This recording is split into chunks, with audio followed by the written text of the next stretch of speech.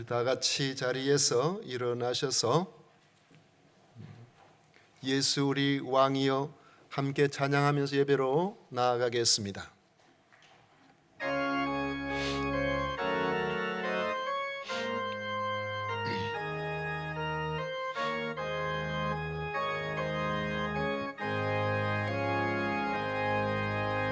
예수 우리 왕이여 이곳에 오셔서 우리가 왕께 드리는 영광을 받아 주소서. 우리는 주님의 백성, 주님은 우리 왕이라.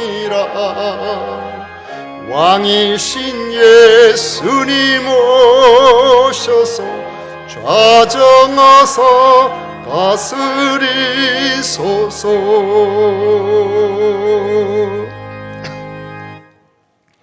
오직 여호와는 그 성전에 계시니 온 천하는 그 앞에서 잠잠할지니라. 아멘.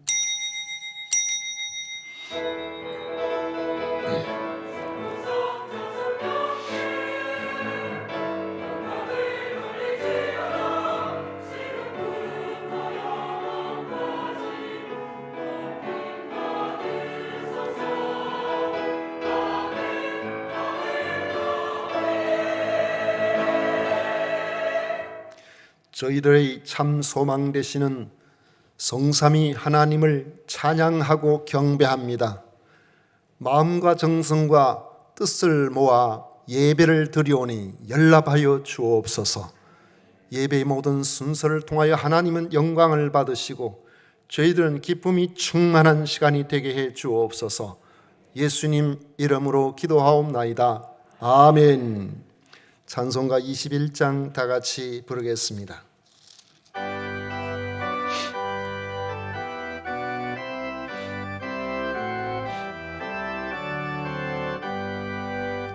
다 찬양하여라 전능왕 창조의 주께. 내 오나 주 찬양 평강과 구원의 주님. 성도들아 주 앞에 이제 나와 즐겁게 찬양하여라. 다 찬양하여라 놀라운 만유의 주께. 포근한 날개 및 늘 품어주시는 주님. 성도들아 주님의 뜻 안에서 내 소원 다이루리라.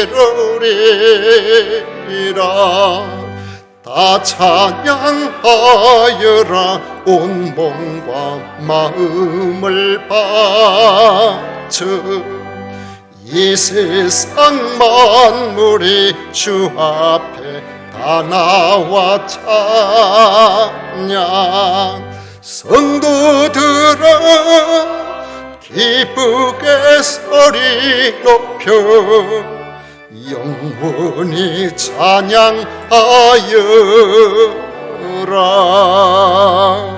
아멘.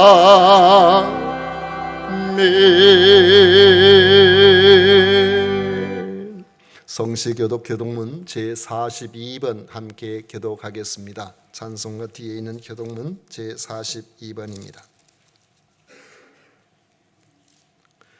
새 노래로 여호와께 찬송하라. 그는 기이한 일을 행하사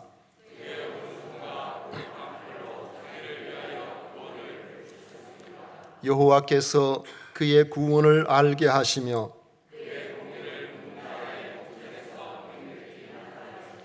그가 이스라엘의 집에 베푸신 인자와 성실을 기억하셨으므로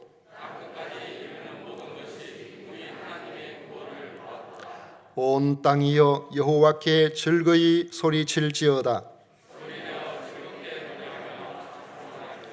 수금으로 여호와를 노래하라.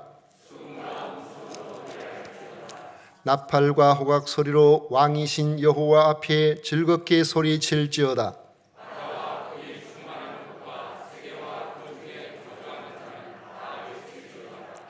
여호와 앞에서 큰 물은 박수할지어다. 산악이 함께 즐겁게 노래할지어다.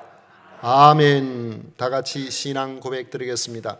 전능하사 천지를 만드신 하나님 아버지를 내가 믿사오며 그 외아들 우리 주 예수 그리스도를 믿사오니 이는 성령으로 잉태하사 동정녀 마리아에게 나시고 본디오 빌라도의 고난을 받으사 십자가에 못 박혀 죽으시고 장사한 지 사흘 만에 죽은 자 가운데서 다시 살아나시며 하늘로 오르사 전능하신 하나님 우편에 앉아 계시다가 저리로서 산자와 죽은 자를 심판하러 오시리라. 성령을 믿사오며 거룩한 공회와 성도와 서로 교통하는 것과 죄를 사하여 주시는 것과 몸이 다시 사는 것과 영원히 사는 것을 믿사옵나이다. 아멘. 다 같이 자리에 앉으셔서 찬송가 421장 함께 부르겠습니다.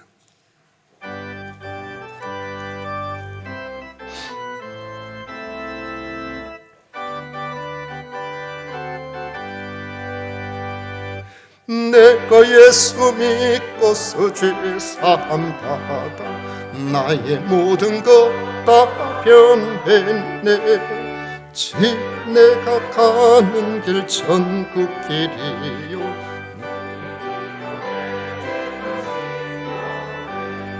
나의 모든 것 변하고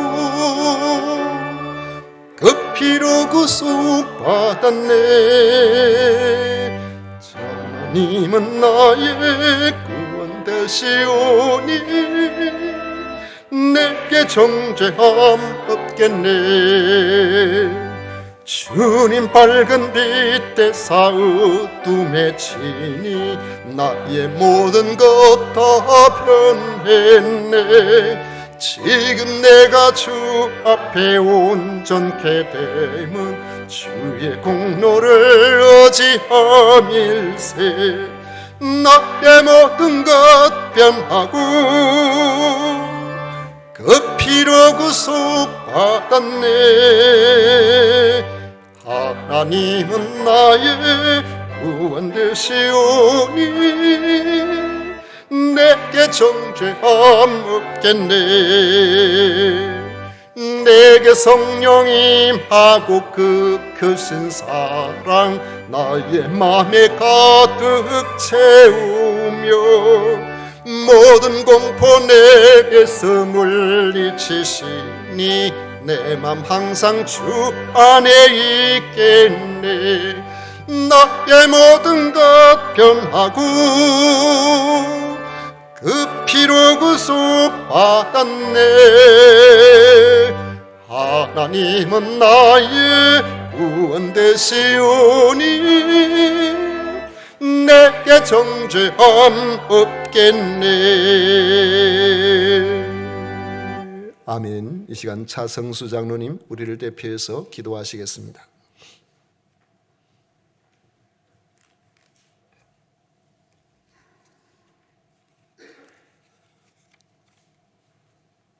거룩하다, 거룩하다.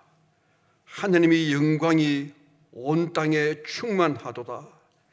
살아계셔서 늘 함께 하시는 하나님 아버지, 2023년도 새 주일을 맞이하여 하나님이 사람들과 함께 주의전에서 찬양하며 기도하게 하시니 감사합니다.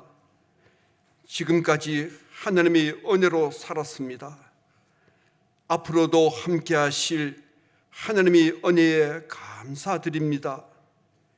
우리의 모습이대로 하나님께 드려오니 하나님이 선한 도구로 끝까지 사용하여 주시옵소서.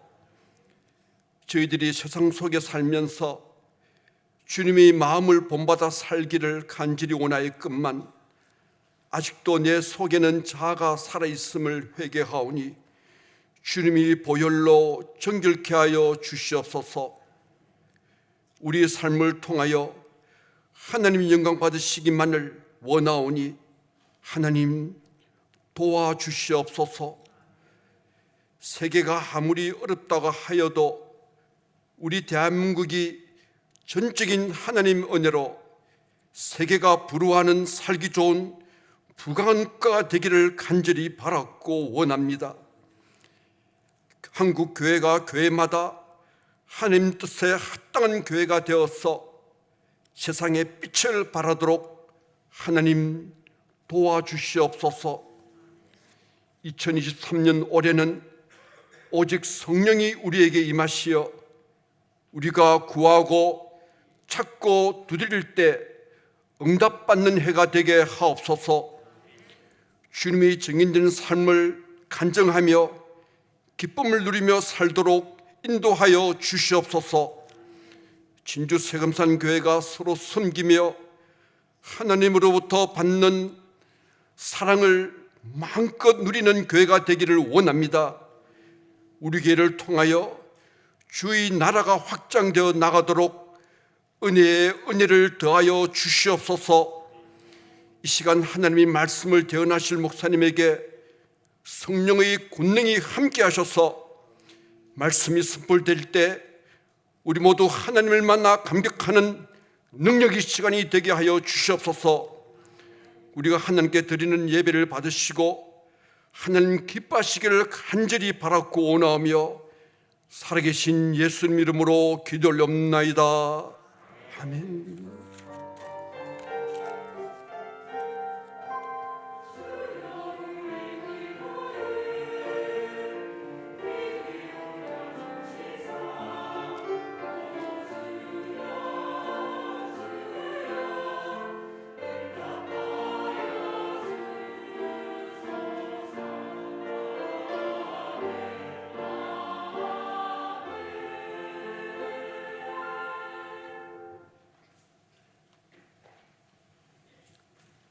이 시간 우리에게 주신 하나님의 말씀은 사도행전 5장 12절부터 16절까지 말씀입니다. 사도행전 5장 12절부터 16절까지 말씀을 우리 찾으셔서 한 목소리로 읽도록 하겠습니다.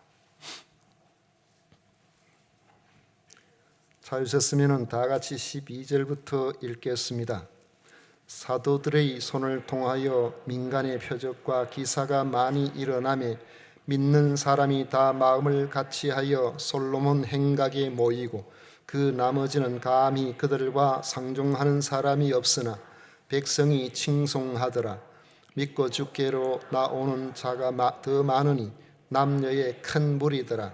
심지어 병든 사람을 메고 거리에 나가 침대와 요 위에 누이고 베드로가 지날 때에 혹 그의 그림자라도 누구에게 덮일까 바라고 예루살렘 부근의 수많은 사람들도 모여 병든 사람과 더러운 귀신에게 괴로움을 받는 사람을 데리고 와서 다 나음을 얻으니라. 아멘. 이 시간에 성가대에서 정성껏 준비한 찬양으로 우리 하나님을 영화롭게 해드리겠습니다.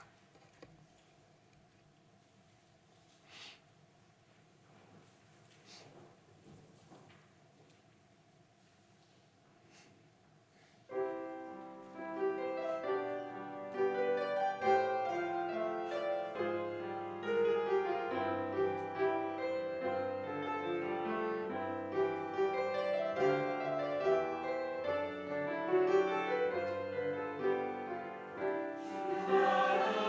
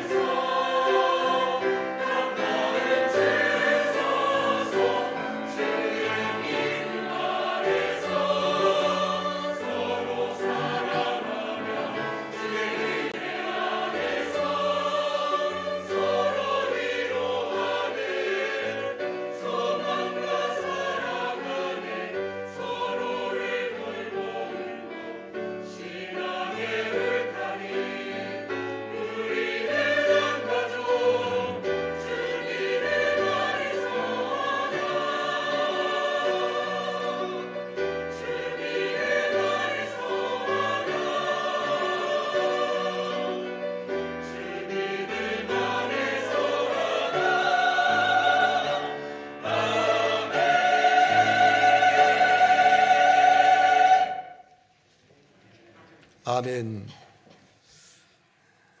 오늘 같이 읽은 말씀을 가지고 기사와 표적의 유익이라는 제목으로 같이 하나님께서 주시는 말씀을 나누고자 합니다. 진리는 진실함 속에 든든히 뿌리를 내리고 자리를 잡고 세워지게 됩니다. 교회 공동체의 하나됨과 성장의 필수적인 요소도 바로 이 진리와 진실, 다른 말로 하면은 진정성이 있어야 한다는 겁니다. 아나니아와 삽비라 부부의 진정성 없는 헌금은 그 헌금 액수가 대단히 많았음에도 땅을 팔아서 드렸으니까요. 예루살렘 초대 교회의 아름다운 공동체를 파괴할 독소가 될 뻔했습니다. 믿음이 없고 인격적 그릇이 되지 못하면서도 사람들에게 좋은 평판을 듣고 싶은 이 헛된 이 공명심, 거짓과 위선으로 땅을 팔았다고 하면서 일부 감추어 놓고 나머지를 들여서 사람들로부터 좋은 이야기를 들으려고 하는 행동으로 나타났던 것입니다. 진정성이 사라진 가식적인 성도들이 채워져 있는 그런 교회의 결말이 어떠하겠습니까? 그것을 사탄은 노렸던 것입니다. 하지만 성령께서는 베드로를 통해서 아나니아와 삽비라 부부의 거짓되고 진정성 없는 헌금 생활을 교회 공동체 앞에 공개적으로 드러내셨고 성령님을 기만한 죄를 단호하게 심판하셨습니다. 그 사건은 예루살렘 교회 공동체 전체에 알려졌고 그 사건을 접한 모든 하나님의 사람들은 거룩한 두려움을 갖게 되었습니다. 엄한 하나님의 심판을 보고 하나님은 살아계시는구나, 살아계신 하나님을 분명하게 알 수 있었기 때문입니다. 그렇다고 하나님이 살아계심을 이 같은 엄한 심판을 통해서만 알 수 있는 것은 아닙니다. 오히려 하나님은 은혜로우시고 자비로우셔서 우리의 죄를 용납하시지는 못하지만은 죄의 환부를 도려내고 난 다음에는 치료하시고 회복시켜 주시는 것을 더 중하게 생각하십니다. 그를 통해 하나님 살아계신다는 사실을 알게 해 주시는 겁니다. 그 방법 중에 하나가 사도들을 통해서 나타난 표적과 기사였습니다. 표적이나 기사는 다 같이 기적을 일컫는 단어입니다. 기사는 상식적이거나 일상적이지 않는 기적을 표현하는 단어라면 표적은 그 배후에 계신 살아계신 하나님을 드러내는 기적을 의미하는 단어입니다. 그래서 표적은 그 기적을 행하는 사람이 하나님께서 보내신 사람인 것을 알게 만들어 주는데 목적이 있습니다. 모세가 애굽왕 바로에게 가서 하나님께서 내 민족을 이곳에서 내어 보내라고 하셨다라고 하니까 바로가 네가 말하는 그 하나님 누군데? 라고 그렇게 할 때에 그때에 이 바로가 묻는 그 말에 그를 보내신 하나님을 증거하는 표적이 바로 지팡이를 던질 때에 그 지팡이가 큰 뱀으로 변하는 그것으로 나타났습니다. 물론 우리는 이런 표적의 부분들을 받을 때에 이걸 어떻게 이해를 해야 되는지는 잘 몰라요. 왜냐하면 지팡이가 뱀이 되었다고 할 때 그 뱀은 살아있는 생물로 완전히 바뀌었으면 다시 지팡이가 되지는 않았을 텐데 다시 그 꼬리를 잡으니까 지팡이로 변했단 말이죠. 그런 점에서 볼 때에 이 지팡이가 뱀으로 바뀌는 이런 부분들을 바로나 그 당시의 주변의 신하들이나 모든 사람들이 그것을 실제로 어떤 식으로 느꼈든지 간에 지팡이가 뱀이 되었구나, 다 그렇게 느끼는 거죠. 이걸 보면서 모세가 그냥 하는 말이 아니고 자기가 믿는 하나님이 보내서 왔는 사람이 틀림없구나, 그것을 인정하게 되는 겁니다. 당시 성전의 아름다운 문, 우리가 미문이라고 하는 그 성전 미문의 앞에서 국을 하던 하지를 나면서부터 한 번도 서본 적이 없는 그런 선천성 장애인을 오직 예수 그리스도의 이름을 선포하여 걸으라고 할 때에 그 사람의 다리가 온전해져서 걷고 뛰고 이렇게 하는 그런 모습을 보고 이 사도들, 그것이 하나의 출발점이 되다시피 해서 사도들이 가는 그 머무는 그곳에 모든 백성들 앞에서 많은 표적과 기사가 일어났습니다. 이런 표적과 기사에 대한 경험은 예수님을 그리스도로 믿는 사람들의 마음을 하나가 되게 하여 솔로몬 행각에 모이게 만들었습니다. 행각이라는 것은 햇빛이나 비를 막을 수 있도록 기둥 위에 지붕을 덮은 그런 구조물입니다. 우리가 경복궁이나 저런 데 가보면은 경회로나 이런 왕궁의 중요한 정사를 돌보는 것이나 혹은 왕이나 왕비들이 머무는 정각이 있고 그 옆에 좌로 담이 있으면 담 앞쪽으로 이렇게 옆에 벽이 없는 그런 구조로서 행각이 있어요. 그래서 비가 오면 그쪽으로 쭉 가면은 비도 안 맞고 햇빛도 안 맞고 이제 그렇게 되는 것이죠. 그런데 이런 역할도 하고 또 한편으로는 그 건물 그 본래의 중앙에 있는 그 건물을 이런 행각들을 통해서 돋보이게 만드는 위험 있게 만드는 그런 역할도 합니다. 그런데 우리 유럽이나 이런 데 가서 대단히 큰 그런 건물이나 이런 거 보면은 알 수 있는 것처럼 거기에 있는 이런 그 행각은 우리 뭐 경복궁에 있는 그런 주변에 있는 행각하고는 많이 다릅니다. 여기는 이런 데는 나무로 주로 하기 때문에 나무가 아주 굵은 걸 하지 않기 때문에 기둥이 뭐 한 이렇게 굵은 거 이런 걸 주로 세우고 많이 굵은 것은 소나무 같은 거는 본래 그 큰 건물을 세우는 데 쓰고 행각에는 그보다 좀 가는 그런 가죠. 그런데 로마에나 저런데 베드로 대성당이나 근데 앞에 가보면요, 이 행각에 쓰이는 것들이 전부 돌인데 대리석이 돌이거든요. 돌을 깎아서 하는데 뭐 지름이 뭐 한 2m는 될 것 같아요. 이런 기둥들을 세워서 그 위에 지붕을 덮고 이렇게 하기 때문에 그 밑자락이 그 밑에가 상당히 공간이 넓습니다. 이 솔로몬 행각이라는 것은 당시 헤롯이 지은 이 성전의 동편에 세워진 구조물인데 당시로부터 거의 1000년 전에 솔로몬 왕 때 지어진 거예요. 주전 586년에 바벨론의 르부갓네살 왕이 침략해서 성전을 다 파괴할 때에 그때 유일하게 파괴되지 않고 남아있었던 건물이었습니다. 이 솔로몬 행각은 길고 넓기도 하겠네요. 뜨거운 햇빛과 비를 막아주었기 때문에 사시사철 성전에 올라온 순례객들이 그곳에서 쉬기도 하고 기도하기도 하고 랍비들로부터 가르침을 받기도 하는 그런 공간으로 활용이 되었습니다. 성전에 올라가서 기도했다는 말은 성전 안에 들어왔다는 말이 아니고 이 행각에 주로 모여서 거기에서 기도했다는 그런 의미로 우리가 받아들이시면 되는 겁니다. 제사장이 아닌 일반 백성들은 성전 안에 들어가지도 못했지만은 제사장들도 아무나 들어갈 수 있는 게 아니고 자기 순찰을 따라서 기회가 되어질 때 들어갔거든요. 성전 안에는 아무나 들어가는 곳은 아니니까요. 그러니까 이들이 그곳에 모여서 기도하고 하기에 가장 좋은 장소가 바로 이 솔로몬 행각이었는데 이곳에는 많은 사람들이 모이고 또 믿지 않은 유대인들이나 모든 순례객들도 모이기 때문에 전도하기도 좋은 그런 장소이기도 했습니다. 그곳에서 베드로 사도는 성전 미문의 그 장애인을 고친 사건으로 몸이 건강해지니까 베드로를 따라서 그곳까지 왔어요.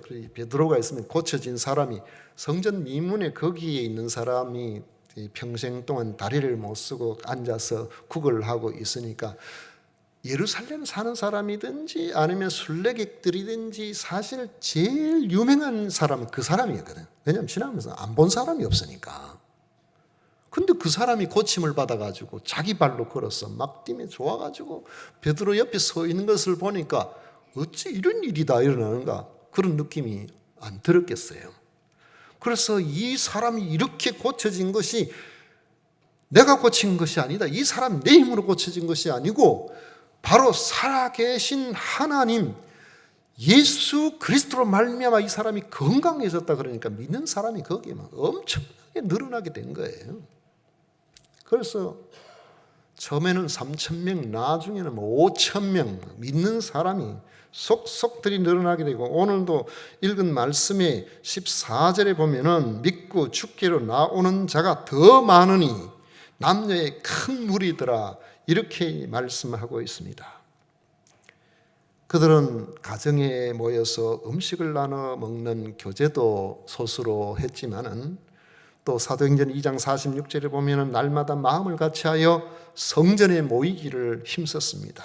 정말 그렇죠. 하나님의 은혜는 사도들을 통해서 표적과 기사가 많이 일어나게 하였고, 은혜를 받으면 사람들이 자꾸 모이려고 예를 쓰게 되는 것입니다. 그래서 솔로몬 행각에 힘써 같이 모였던 겁니다. 분명한 것은 은혜 받으면 자꾸 모이려고 하는 거예요. 은혜를 받으면 자꾸 모이려고 하고, 그런 모임에 같이 참여하면 점점 더 은혜를 많이 받는 이런 시너지 효과가 발생하게 되는 것입니다. 요즘 이제 우리가 코로나 상황을 지나면서 출석하지 않는 사람들이 큰 교회는 한 30% 정도 된다 그래요. 그 왜 출석 안 하는데, 교회 안 가도 내 혼자 신앙생활 잘 할 수 있습니다. TV 켜놔놓고 막 그냥 뭐 설교 듣고, 그거 예배 제대로 되겠어요? 뭐 한참 밖에 누가 오면 찾아오면은 뭐 또 그거 나가야 되고, 아마 처음에는 제 짐작입니다. 이게 사실은 알 수 없지만은 제 짐작에 처음에는 그래도 교회에서 예배 드리는 거나 집에서 설교 들으면서 이래 하는 거나 그래도 경건성을 가지고 있어야 되지 않겠나 해가지고 뭐 옷도 좀 갈아입고 양말도 신고 그랬는지는 모르겠습니다만은 조금 지나니까 나중에 양말도 안 신고 파자마 바람으로 앉아가지고 이따가 뭐 바깥에 누가 오면 또 나가서 만나고, 예배일까요 그게? TV 시청이지. 하나님이 받으신 예배가 저는 될 수 없다고 봅니다. 물론 특별한 경우에 가고 싶어도 가지 못할 때에, 여러 상황이 이럴 때, 그래서 차선책으로 그래도 말씀이라도 들어야 되겠다. 그래서 우리가 TV를 켜고 그래서 듣는 거야. 신앙 좋은 분들은 보면요, 말씀을 사모하는 분들을 보면은 주일 예배 들어도 평일날 보면은 꼭 극동방송 들어가지고 설교 듣고 뭐 하고 다 많이 하더라고요. 저한테도 목사님 요즘 설교 잘 듣고 있습니다. 예? 월요일날 낮에 극동방송에 낮 예배 설교가 나가잖아요. 저는 거의 안 들어요. 저는 나온지 잘 몰라요. 그런데 항상 듣는 분들이 있더라고요. 그러니까 이런 분들은 주일 예배 안 하고 듣는 게 아니에요. 열심을 내는 사람들이, 여기 뭐 열심을 가진 사람들이, 그런 사람들이 자기 교회에서 성실하게 예배도 드리고 다 하고, 또 다른 데 안 들고 극동방송 틀어가지고 그래서 설교를 듣고. 김천수 집사님, 일주일에 극동방송에 이런 데 설교를 몇 번 정도 듣습니까? 몇 번은 듣죠? 많이 듣죠? 듣는 사람은 계속 듣는다니. 차 타고 가면서도 듣고, 뭐 일하면서도 터놓고 듣고, 잘 들어요. 저는 의료 그 보건진료소 근무하는 어떤 권사님은 늘 듣는데 언제 듣냐 그러니까 밥 먹으러 가면 듣는다더라고요. 점심시간 딱 그것 맞춰가지고 그건 가니까 또 들어. 목사님 설교 잘 듣고 있습니다. 저쪽에 소 키우는 분, 어떤 분은 또 목사님 요즘 설교 잘 듣고 있습니다. 장로님 또 그런 이야기를. 그런 경우야 특수한 경우고, 아예 교회 출석도 안 하고 모임도 안 가지고 그렇게 우리가 신앙생활을 잘 할 수 있을까? 그 어려워요. 우리가 보면은 처음에는 낮에만 모이면서 설교 듣고 예배하고 하던 분이 은혜 받으면 성도들과 교제도 중요하게 생각하고, 그래서 오후 예배도 모이게 되고, 또 그러다 보면은 수요일도 오게 되고, 어떨 때 보면 또 새벽에도 보이기도 하고, 모이는 횟수가 점점 많아지는데, 안에 상처 있거나 시험 들고 하면은 잘 모이는 사람, 모이는 횟수가 점점 줄어드는 그런 경우도 우리가 보게 되죠.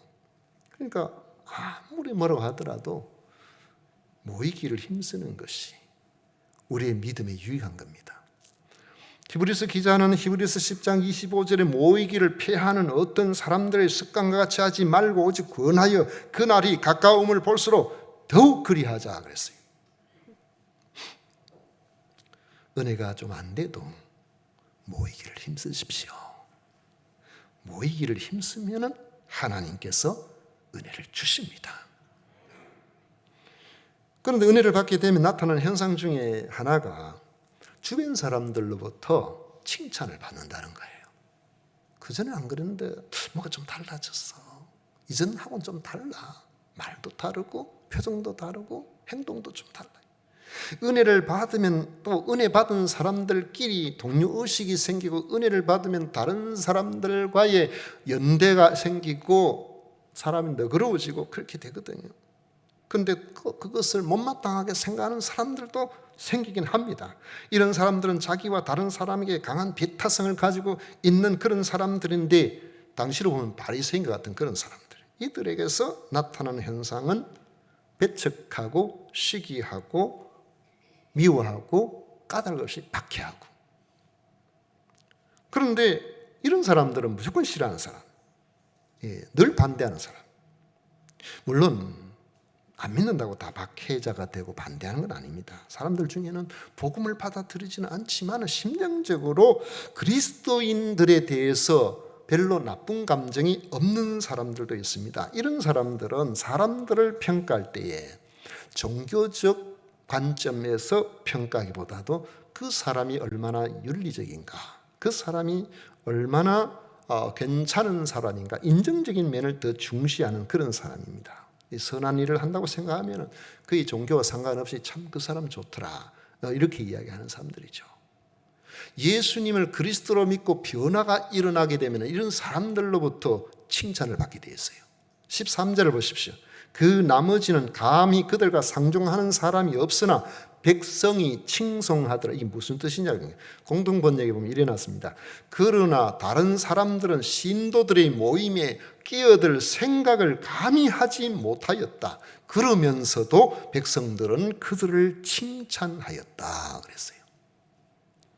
우리 믿음 생활 잘하고 성실하게 잘 감당하면은, 여러분 알게 모르게 그전에는 함부로 하던 사람이 함부로 안 해요.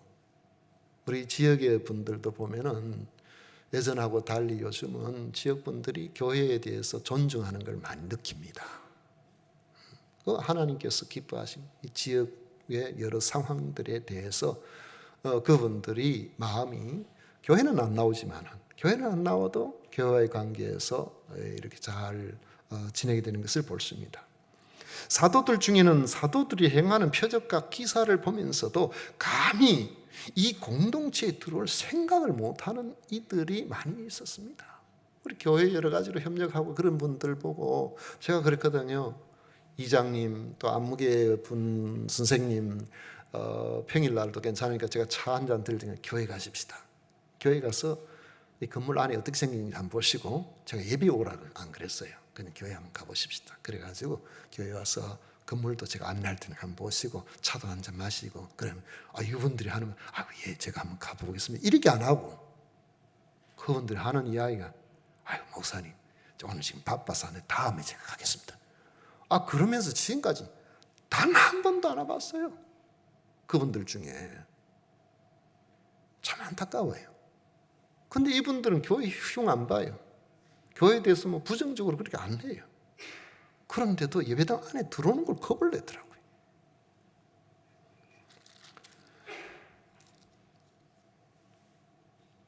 사람들 중에는 사도들이 행하는 표적과 기사를 보면서도 감히 그 공동체에 들어올 생각을 못하는 이들이 있었는데, 그 이유가 다른 데보다도, 그러니까 여기 오면은 그분들이 교회 공동체 밖에 잘 지내는 사람들 있잖아요.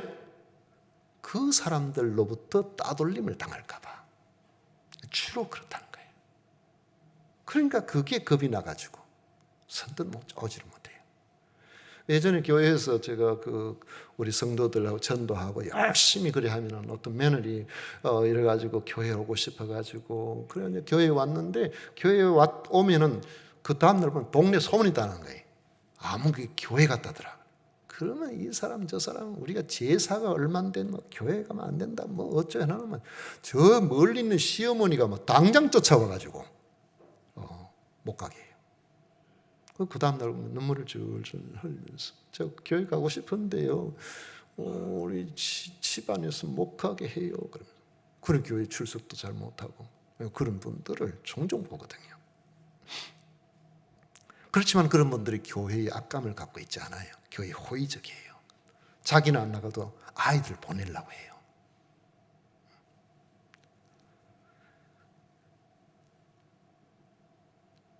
지금은 이제 우리가 뭐 상황이 좀 여러 형편들이 좀 다르지만은 사실 이 교회가 수가 좀 늘어난 대로 장점도 있고 단점도 있고 적으면은 또 단점도 있고 장점도 있고 그런데 우리 교회 식구들은 오랫동안 신앙생활 하신 분들은 뭐 그런 이야기를 좀 잘 안 하는 것 같긴 합니다만은 한 30명 정도 이렇게 모일 때 교회에 와보신 분들 중에 목사님 이거 진짜 교회입니다.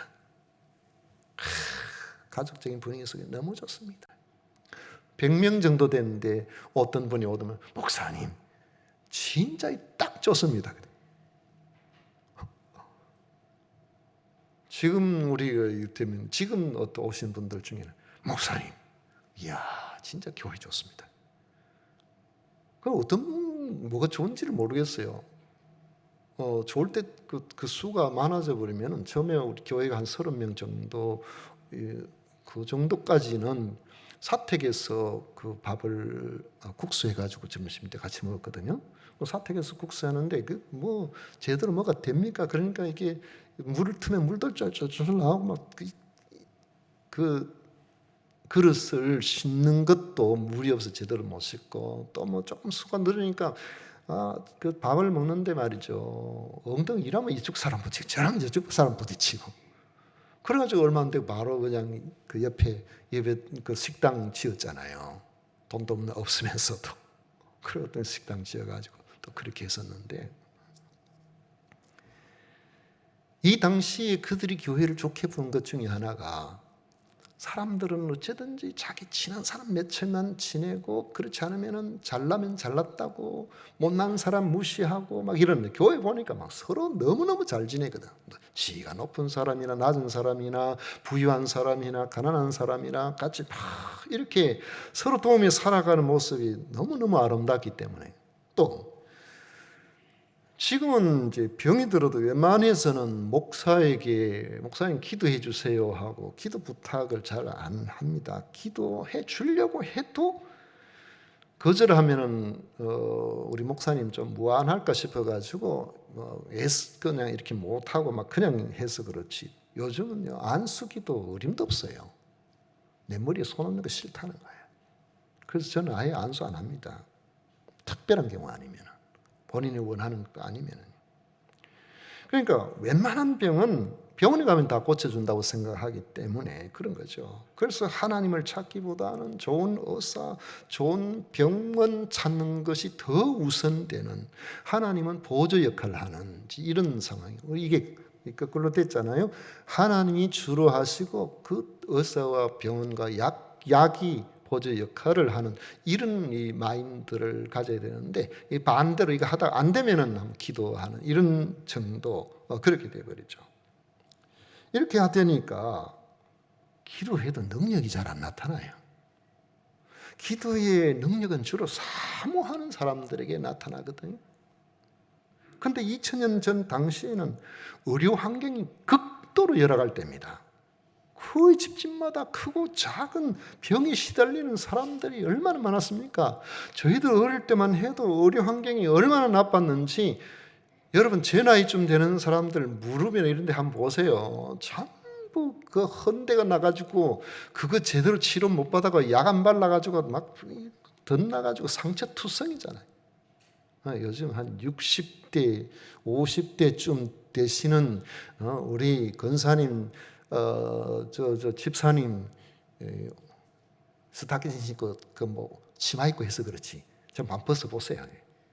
옛날에 그 부스럼 나가지고 치료를 못 받아가 전부 그 요즘같이 뭐 피부가 매끈합니까? 다 그런 시절을 살았죠. 바르면 금방 나을 것도 그때 약이 없으면 못 바르니까. 그래서 한 달, 두 달 고생하고 고름 짜고 뭐 고약 바르고 얼마나 힘들게 그렇게 살았어요. 그런데 2000년 전에는 그게 얼마나 더 심하겠어요. 그런 상황에서 집집마다 아픈 사람도 많고 하는데 질병은 가난 이상으로 사람들을 절망적으로 고통스럽게 만드는 그런 때에 사도들이 기도하고 선포하니까 표적과 기사가 나타나 이를 경험한 이런 사람들이 지금까지 몰랐던 소망의 세계를 발견하게 된 것입니다. 사도들의 표적과 기사가 단순히 사람들이 마음을 즐겁게 해주는 마술이 아니고 주로 육체와 정신의 질병으로부터 고통당하는 사람을 직접 치료해주는 그런 일이었기 때문에 그렇습니다. 그 일이 얼마나 강력하게 나타났는지 15절 16절을 보면 잘 보여줍니다. 심지어 병든 사람을 메고 거리에 나가 침대와 요 위에 누이고 베드로가 지날 때에 혹 그의 그림자라도 누구에게 덮일까 바라고 예루살렘 부근의 수많은 사람들도 모여 병든 사람과 더러운 귀신에게 괴로움을 받는 사람을 데리고 와서 뭐랍니까? 다 나음을 얻으니라. 베드로가 병든 사람 워낙 많이 오니까 일일이 치료해 줄 수가 없었어요. 사람들은 베드로 지나가는 부근이면 해도 낫지 않겠냐 기대하고 매일 기도하러 시간 정리로 올라가고 하니까 성전을 올라가는 베드로의 동선을 파악하고 병든 사람을 메고 나가서 침대와 요 위에 누이고 베드로가 지나갈 때 혹시 그림자라도 스치기만 하면은 어떻게 좋은 일이 있지 않겠는가 그런 생각했는데 정말로 그런 기대처럼 그림자만 덮여도 나는 역사가 일어났던 것입니다. 이런 사람들이 이제는 예루살렘을 넘어서 예루살렘 부근에서도 소문을 듣고 수많은 사람들이 몰려와서 다 나음을 얻었습니다. 우리는 이 베드로를 비롯한 사도들을 통해서 나타난 표적과 기사를 의심을 가지지 말고 믿음으로 받아들여야 됩니다. 받아들여야 돼요. 제가 기억하기로는 뭐 이전 교회 있을 때나 뭐 우리 세금산 교회에서나 우리 세금산 교회에도 적어도 결혼하고 3년, 4년, 5년, 6년 많으면 7년 동안 아기가 들어서지 않아서 굉장히 고민하고 힘들어하던 그런 가정의 사람들 중에서 이제 신방 갔을 때 기도 우리 전도사님이 그거 잘해요. 집사님 우리 목사님한테 기도 한번 해달라고 하세요. 그래가지고 하나님께서 은혜 주셔서 아기 낳은 그런 가정들이 많이 있어요. 그러면은 그 마음 속에 소망을 가지고 눈이 반짝반짝 목사님 기도해 주세요. 근데 딱 보면은 그게 마땅치 않게 생각하는 사람도 있거든요. 근데 마음속에 소망을 가지고 그렇게 한 사람도 있어요. 그래서 우리 교회에서만 제가 기억하기로는 그렇게 기도하고 얼마 안 돼서 목사님 아기 가졌어요 하는 사람 4사람은 있어요. 하나님의 역사는 지금도 그대로 일어나는 거예요. 하나님께서는 사모하는 사람들에게 하나님 아니면 안 된다고 하나님을 의지하고 철저하게 사모하는 사람에게 하나님 은혜를 주세요. 우리 초창기 교회에 최전도사님이라고 제일 처음에 지수에 살고 있었는데 교육전도사로 우리 교회에 그리 있었거든요. 근데 선도사님 그 장인은 그 목사님인가 막 그래 제가 기억하고 있는데 어느 날 아이 데리고 서울에 지금 급하게 가야 될 일이 있어가지고 병원에 갈 시간이 없었어요. 근데 밤에 갑자기 아이가 아파가지고 막 설사를 막 계속 하고 하는데 아이가 그래 축 처져가 있는 아이를 데리고 서울로 가는 게 이제 문제가 되고 아침 빨리 출발해서 가야 되는 거야. 병원에 문도 안 열고 이러니까 지수에서 그 고속도로에 바로 가잖아요. 근데 그거 안 가고 교회로 왔어요. 그때 사택이 아마 아파트에 안 있고 좀 밑에 그 교회 안에 있을 때인 것 같아요. 그래 왔는데 목사님 아이가 설사가 멈추지를 않는데 좀 기도해 주세요. 지금 서울에 지금 올라가야 지금 되는데 좀 기도해 주세요. 그래가지고 이제 그 가정을 위해서 그 아이를 위해서 함께 더불어서 간절하게 기도하고 이제 출발했어요. 병원 안 가고 바로 올라갔다. 대전쯤 올라갔는가. 목사님, 애가 설사를 멈추고 정신을 차렸어요. 그 병원 안 가고 그대로 좋아졌었어요. 여러분, 이건요 어떤 특정한 사람에 의해서 일어나는 현상이 아니고 믿음으로 하나님이 살아계심을 믿고 여러분들이 기도하면 여러분들도 마찬가지로 부모로서 자식을 위해서 기도하고 할머니, 할아버지로서 그 믿음을 가지고 손주들을 위해서 기도하고 간절히 사모하고 기도할 때 지금도 하나님은 살아계십니다. 역사하세요. 하나님의 도우심은 지금도 여전하단 말이죠. 자, 우리가 이것을 의심하지 말고 받아들여야 될 이유는요. 첫째로 치유사역은 주님이 공적인 생애 기간 중에 가장 역점을 두신 사역입니다. 제자들에게도 너희들 그래 해라고 제자들에게도 주신 사역이에요. 마태복음 10장 1절 이하에 보면 예수께서 그의 12 제자를 부르사 더러운 귀신을 쫓아내며 모든 병과 모든 약한 것을 고치는 권능을 주시니라. 잃어버린 양에게로 가면서 전파하여 말하되 천국이 가까웠다 하고 병든 자를 고치며 죽은 자를 살리며 나병 환자를 깨끗하게 하며 귀신을 쫓아내며 너희가 거저 받았으니 거저 주라. 조심해야 되는 거 하나는 그래야 기도하고 병이 나았잖아요. 내가 고친 것이 아니에요. 하나님께서 고쳐주시는 거예요. 하나님의 능력이 나를 통해서 나간 것밖에 없어요. 조심해야 되는 교만해져. 내가 고쳤다 하는 순간에 하나님의 능력이 나를 통하지 않을 수가 있다는 거예요. 그걸 조심해야 돼요. 두 번째로는 병 중에 있는 이들에게 질병에서 노임을 받게 하는 이들은 그들의 아픔과 슬픔을 가장 현실적이고 구체적으로 해결해 주는 거예요. 아픈 사람한테 아이고 안 아프면 좋겠네요. 그건 무슨 소용이 있어요? 주님이 하시는 일은 슬퍼하는 이들에게 가서 그 문제를 해결해 주심으로 그들의 눈에서 눈물을 씻어 주신 겁니다. 주님의 은혜는 매우 현실적이라는 사실을 여러분 받아들이셔야 돼요. 세 번째로는 표적과 기사의 주요한 목적은 질병의 치유를 넘어서서 살아계신 하나님을 알게 만들고 그로 하여금 영혼의 구원에 이르게 하는 영적인 눈을 띄워주는 역사가 되는 것입니다. 14절 말씀에 믿고 주께로 나오는 자가 더 많으니 남녀의 큰 무리들이라고 했습니다. 성경 교육만으로 안 돼요. 사명감 고침만으로 영혼이 구원받는 게 아닙니다. 우리는 우리 자신이 주의 영으로 충만해야 되고 주님의 영이 역사해야 놀라운 일들이 일어납니다. 우리는 살아계신 하나님을 경험하는 기회가 되는 표적과 기사가 많이 일어나는 교회가 되기를 기대해야 됩니다. 여러분의 삶에도 마찬가지예요. 제가 처음에 교회 나갔을 때에 교회가 그냥 재미로 나간 거지. 왜냐하면 제 머릿속에는 기적을 인정하지 않거든요. 저는요, 특별한 그런 거에 별 관심이 없었어요. 속이는 걸 그렇게 생각하기 쉽고, 그리고 굉장히 이성적인 그런 걸 좋아했는데, 나온 지 한 달 만에 제가 1년이 넘도록 아파서 절뚝절뚝 절면서 다니는 관절염이 한 달 만에 목사님 같이 기도하자고 손 얹어서 기도한 것밖에 없는데 제가 정상적으로 걷고 있다는 거예요. 그걸 보면서 제가 뭘 느꼈겠습니까? 하나님 정말 계신가 보다.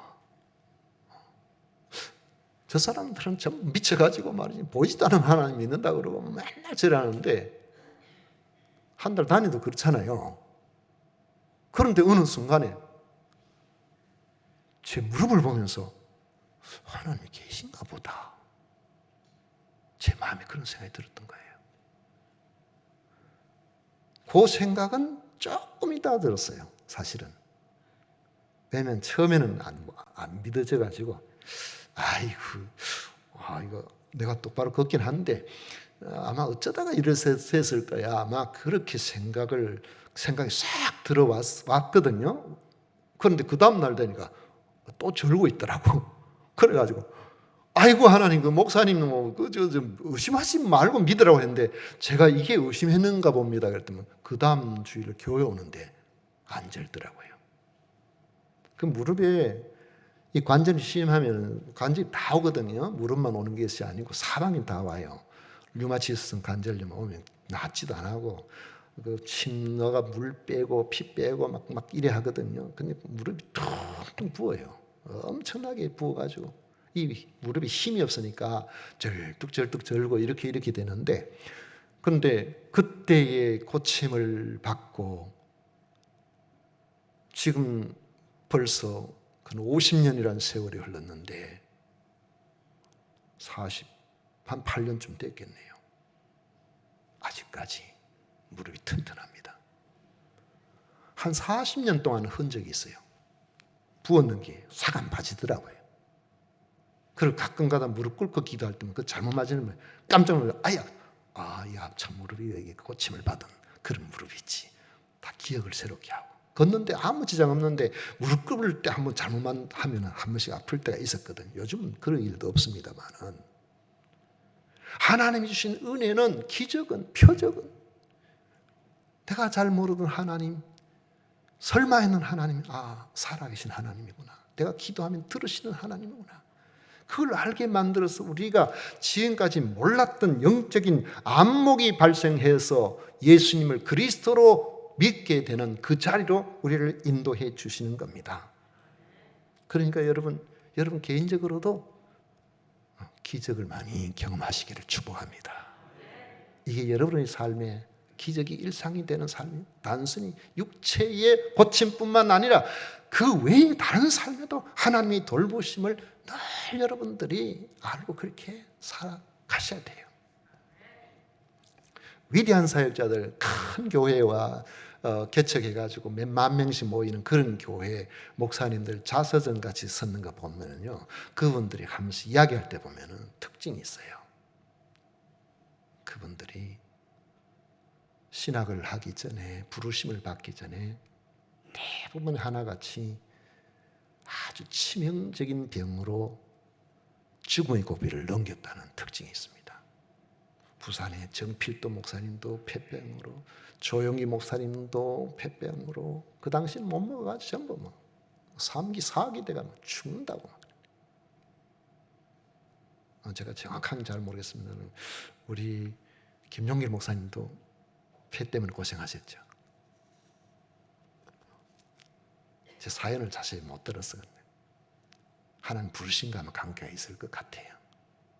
하나님께서 쓰시려고 할 때 그런 어떤 통해서 주 앞에 나오고 굴복하고 하나님 도우심을 그렇게 돼요.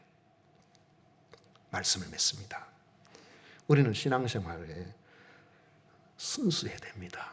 청결한 양심을 회복해야 됩니다. 그래야 하나님이 쓰세요. 우리는 믿음의 눈으로 살아계신 하나님을 바라보려고 해야 됩니다. 지금도 치유와 회복이 예수 그리스도로 말미암아 성령께서 우리에게 허락하신다는 사실을 믿고 사모해야 됩니다.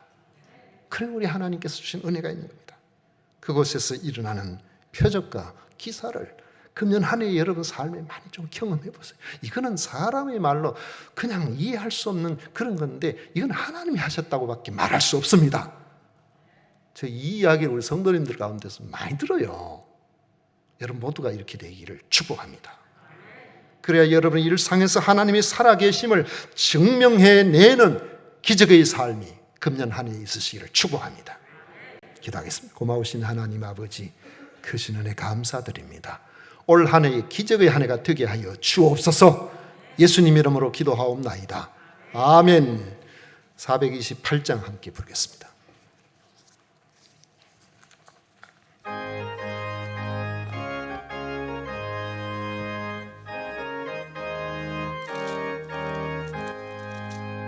내 영혼에 빛비치니 주 영광 찬란해. 이 세상 어떤 빛보다 이 빛 더 빛나네. 주의 영광 빛난 광채 내게 비춰주시옵소서. 그 밝은 얼굴 배울 때 나의 영혼 기쁘다. 내 영혼에 노래 있으니 주 찬양합니다. 주 귀를 기울이시서 다 듣고 계시네. 주의 영광 빛난 광채 내게 비춰주시옵소서. 그 밝은 얼굴 배울 때 나의 영혼 기쁘다. 내 영혼에 봄날 되어서 주 함께 하실 때 그 평화 내게 깃들고 주의 꽃 피네. 주의 영광 빛난 광채 내게 비춰주시옵소서. 그 밝은 얼굴 배울 때 나의 영혼 기쁘다.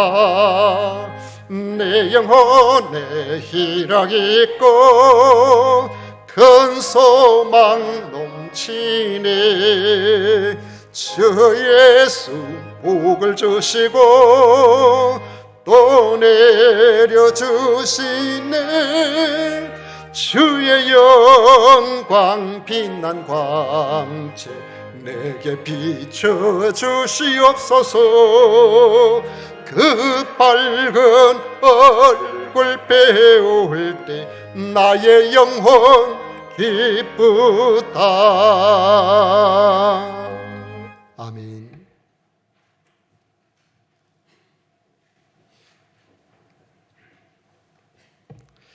네, 우리 하나님께 드린 예물 위해서 봉헌 기도 드리겠습니다. 하나님 아버지, 크신 은혜 감사드립니다. 우리가 하나님의 자녀로서 아버지 하나님 그 증거로 예배하는 예배자로 오늘도 거룩하고 복된 날 하나님 앞에 나오게 하시고, 아버지 저희들이 또 주님 앞에 나올 때에 우리의 마음을 담아 귀한 예물을 구별하여 드릴 수 있도록 해주시니 진심으로 감사드립니다. 아버지 하나님 앞에 드린 것 주님 받으시고 저들의 삶에 10배, 20배, 100배, 1000배로 갚아주시고 주의 놀라운 은혜로 함께하여 주시옵기를 간절히 원하옵고 기도합니다.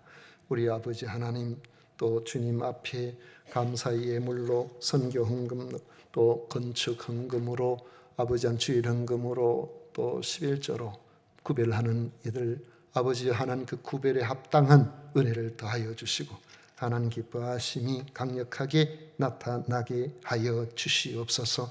아버지 하나님, 오늘도 성도 섬기는 일을 위하여 이른 아침부터 주 앞에 나와 수고하고 애쓰는 그 손길들 기억하여 주시고 위로하여 주시고 격려하여 주옵소서.